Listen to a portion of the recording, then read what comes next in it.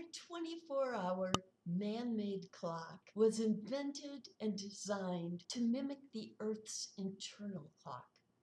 The Earth's rotation has been found to impress a 24-hour rhythm on the genes of all living things, from flowers to whales, even bacteria.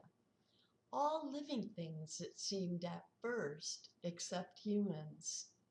Multiple past studies measured human circadian rhythms to be a little over 25 hours.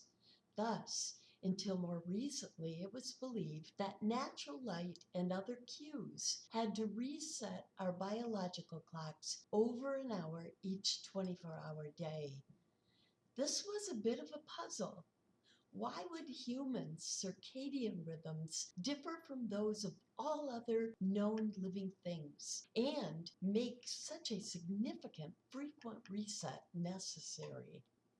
This mystery was solved in 2016, however, by a leading researcher on circadian rhythms, Seisler.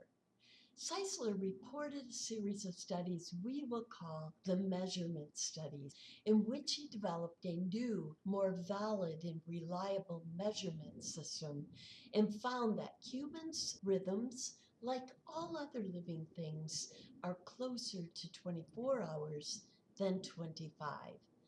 They are, in fact, 24 hours and 11 minutes. And even morning and night people vary only by 16 minutes in each direction. So human circadian rhythms are about 24 hours during which your behavior and physiology vary in predictable ways. In other words, behaviors such as your sleep, cognitive performance, and alertness function in predictable ways at predictable times within each 24-hour nycthimeron, as does your physiology, such as your body temperature, your hormones, even your urine production. This human clock consists of a cluster of nerve cells in the suprachiasmatic nucleus, barely 1/100th of an inch in size, located deep in the brain and connected to the eye's optic nerve. In fact, we saw evidence of the circadian rhythm on alertness when we viewed these MSLT sleepiness scores for a normal person during the day. Remember the afternoon sleepiness peak right here?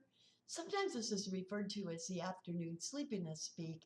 At other times, the afternoon alertness dip. Opposite sides of the same coin, right? There are four major ways in which circadian rhythms are studied.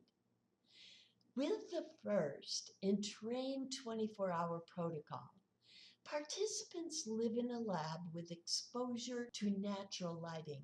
In other words, a lab with windows, for a period of time on a typical 24-hour schedule of sleep, wake, meals, and activities. Biological and/or behavior measurements are taken regularly to assess their 24-hour rhythms under these normal circumstances. In the other three methods of studies, participants need to be removed from environmental cues, so they are conducted in sleep labs with no windows, no clocks, no media, no phones, etc. So let's look at the first, free-run experiments. Participants have control over artificial lighting, and they determine when they want to sleep, eat, or engage in activities. So they do whatever they want, and their sleep-wake patterns are recorded for weeks, while participants rely on their own internal clocks without any outside cues.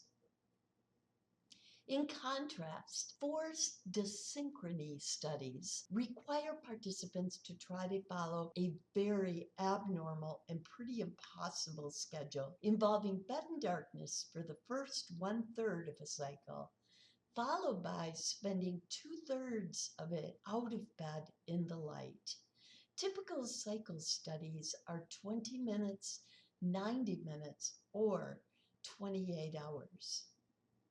Imagine being a participant in, say, a 20-minute cycle study. You would agree to go to bed for 7 minutes in the dark, then be up for 13 in the light, then repeat this over and over for usually 24 hours.